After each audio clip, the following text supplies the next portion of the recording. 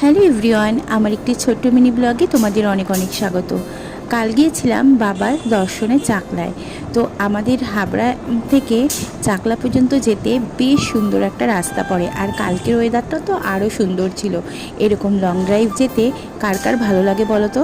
আমার আর আমার হাজব্যান্ডেরও কিন্তু ব্যতিক্রম নেই। প্রচণ্ড ভালো লাগে এরকম বাইকে লং ড্রাইভে যেতে।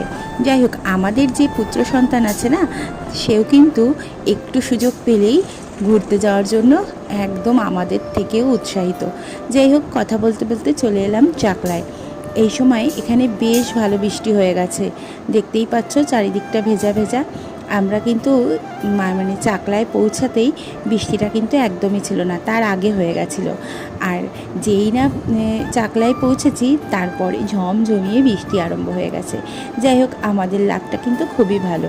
সন্ধেবেলায় এরকম ওয়েদার, কী যে সুন্দর ভালো লাগছিল। আর চলে এলাম দেখো চাকলায়।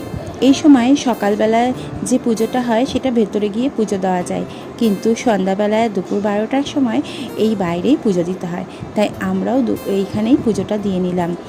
মন্ত্র পড়ে ঠাকুরমশাই খুব সুন্দর করেই পুজোটা দিয়ে দিয়েছে আমাদের গোত্র বলে। তারপরে এখানে পুজোটা দিয়ে আমরা সবাই মিলে বসেছিলাম। আর আমরা এখান থেকে দুটো মালা নিয়ে নিয়েছি, আমি আর তোমাদের দাদাভাই। এখান পেছনে গিয়ে ঠাকুরের গলায় মালাটা দিয়ে দিয়েছিলাম।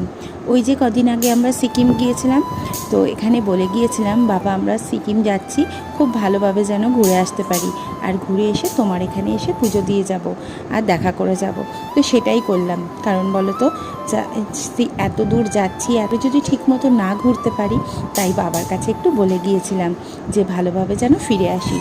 তো দেখো, সন্ধ্যাবেলায় আমাদের এই আরতি দেখার ইচ্ছা কিন্তু আমাদের সকলেরই ছিল। আর এবার তো আমার শ্বশুর শাশুড়িও আমাদের সাথে এসেছিল। তো দেখো, সন্ধ্যা আরতিটা খুব সুন্দর করে ঠাকুরমশাই করে কিন্তু। আর এখানে সন্ধ্যাবেলায় ভোগ দিয়েছিল ঠাকুরকে লুচি, আলু ভাজা আর পটল ভাজা দিয়ে।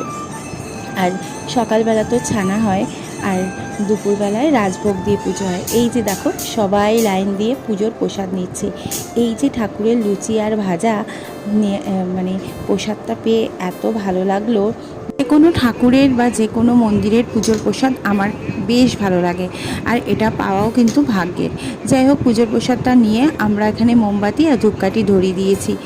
আর তারপরেই এখান থেকে আমরা একটু চারপাশটা ঘুরছিলাম। দেখো, মন্দিরটা মোটামুটি ফাঁকা, তবে 20-25 জন লোক ছিল। আর এদিকে তোজোর একটু খিদে পেয়ে গেছে, তাই পুজোর প্রসাদ নিয়ে নিয়েছে।